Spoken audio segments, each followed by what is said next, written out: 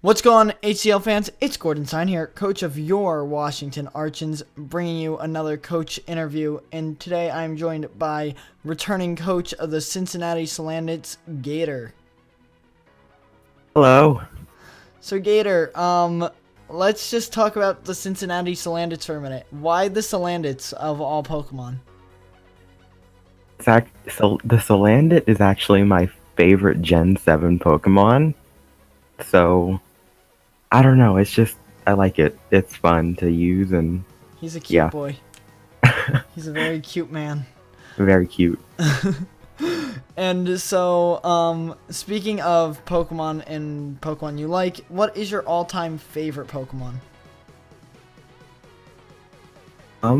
It's actually Shuckle. I just love the design and its unique stats. Fair enough, Shuckle. I love the design of Shuckle too. It's just so annoying to kill. I just, Yeah. as much as I love the unique stats, at times I wish it just didn't have those dumb stats because I kind of wish Shuckle could be more viable. Fair enough. But yes, Shuckle is a very good boy. And speaking of favorite things in Pokemon, do you have a favorite Pokemon memory, either just from your life or from last season even? Honestly, my favorite memory is getting my first game. I went to Best Buy on what do you call it, Black Friday, and I got, what was it, Pokemon Moon. So be about that, and that's still my favorite memory of it. Wait, Pokemon Moon was your first game, my dude? Yes, it was. Holy crap. I didn't realize. Wow. That's crazy. Because, like, everybody here, like, everyone else I've interviewed talks about, like, back to Pokemon Gold, back to Pokemon Red, you know, or even just, like, Hoenn. But, like, I don't think I've ever had somebody say that their first game was Gen 7. That's awesome, though. So you're... I'm pretty new to this, but I'm still really into it. Yeah, I can tell, and you've played really well. Shocking Valor in your first ever match and draft, and then beating me that last week as well. You've played amazing, my dude. Very unpredictable as well. Thank you. Especially with that special Focus Blast Halucha week 1. That was my favorite. With Mold Breaker to destroy Valor. So speaking of season 1, how'd you feel about like the team you drafted and your performance last year, or last season rather? I didn't really know how to draft back then, so I just kind of winged it. Is that how you say it? Winged it? I don't Yeah. know. Anyways, That's it. I just whatever I felt like doing, and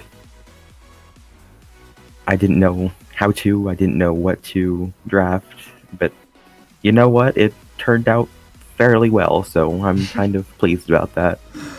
Yeah, I think you really made the when you picked up Toxapex. I think that's what shifted your team, because when you first drafted, it was clear that you were a little bit newer to the drafting, just because you didn't have many defenses and things on that team. The team was a little weak defensively. Toxapex then just added to your defensive game, and I think that really helped you be less one-dimensional with your team building and things, and kind of let you play both ways, which really ended up benefiting you in a lot of battles. Yeah, Toxapex was a really good choice. I'm amazed that thing went undrafted. Like, that's crazy. That was the beauty of season 1, though. With so little coaches, so many things went undrafted. It's going to be very different this season. I was talking to Ursa about it, and we feel that it's going to be a lot more trades between coaches versus free agent swaps, just because so many more Pokemon will be gone. Oh, definitely. And that's what worries me, is because I have the second to last pick when going down. That scares me. Yeah, that's true. However, it's round 1's probably going to be a mix of Megas and Tier 1s. So because of that, you could probably get a Tier 1 and a Mega. Like, you could probably get pretty good for both of them. You know, and unlike Cog, who can only get one really good one, you know, True. and then Fair have to enough. wait. So there's an advantage. There is a bit of a disadvantage with having to not get one of the top threats, but then again, if you get one of those top threats, you're gonna end up with a slightly weaker Pokemon somewhere in your team. So it all comes down to the plan and really the synergy that you run between your Pokemon. Yeah, it all comes down it all comes down to what you draft and what's gonna happen with it, I guess. That's how draft leagues work, Gator. Yes, you draft and then things happen. Perfect description. Thank you. Alright, so finally, predictions for the season, either for yourself or for the league, and or just things that you hope to happen this season as well. First of all, I'm hoping to be unpredictable again, because that's how I like to play, honestly. Just you never know what's gonna happen, and all of a sudden your Mega Aggron is being one shot by a Hawlucha.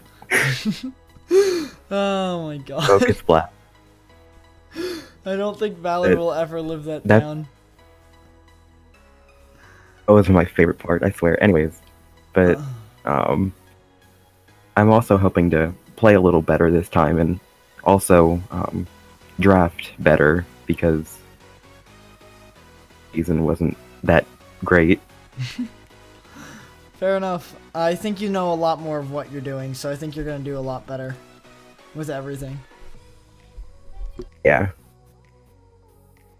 Well, thank you for doing this short little interview, my dude. I much appreciate it.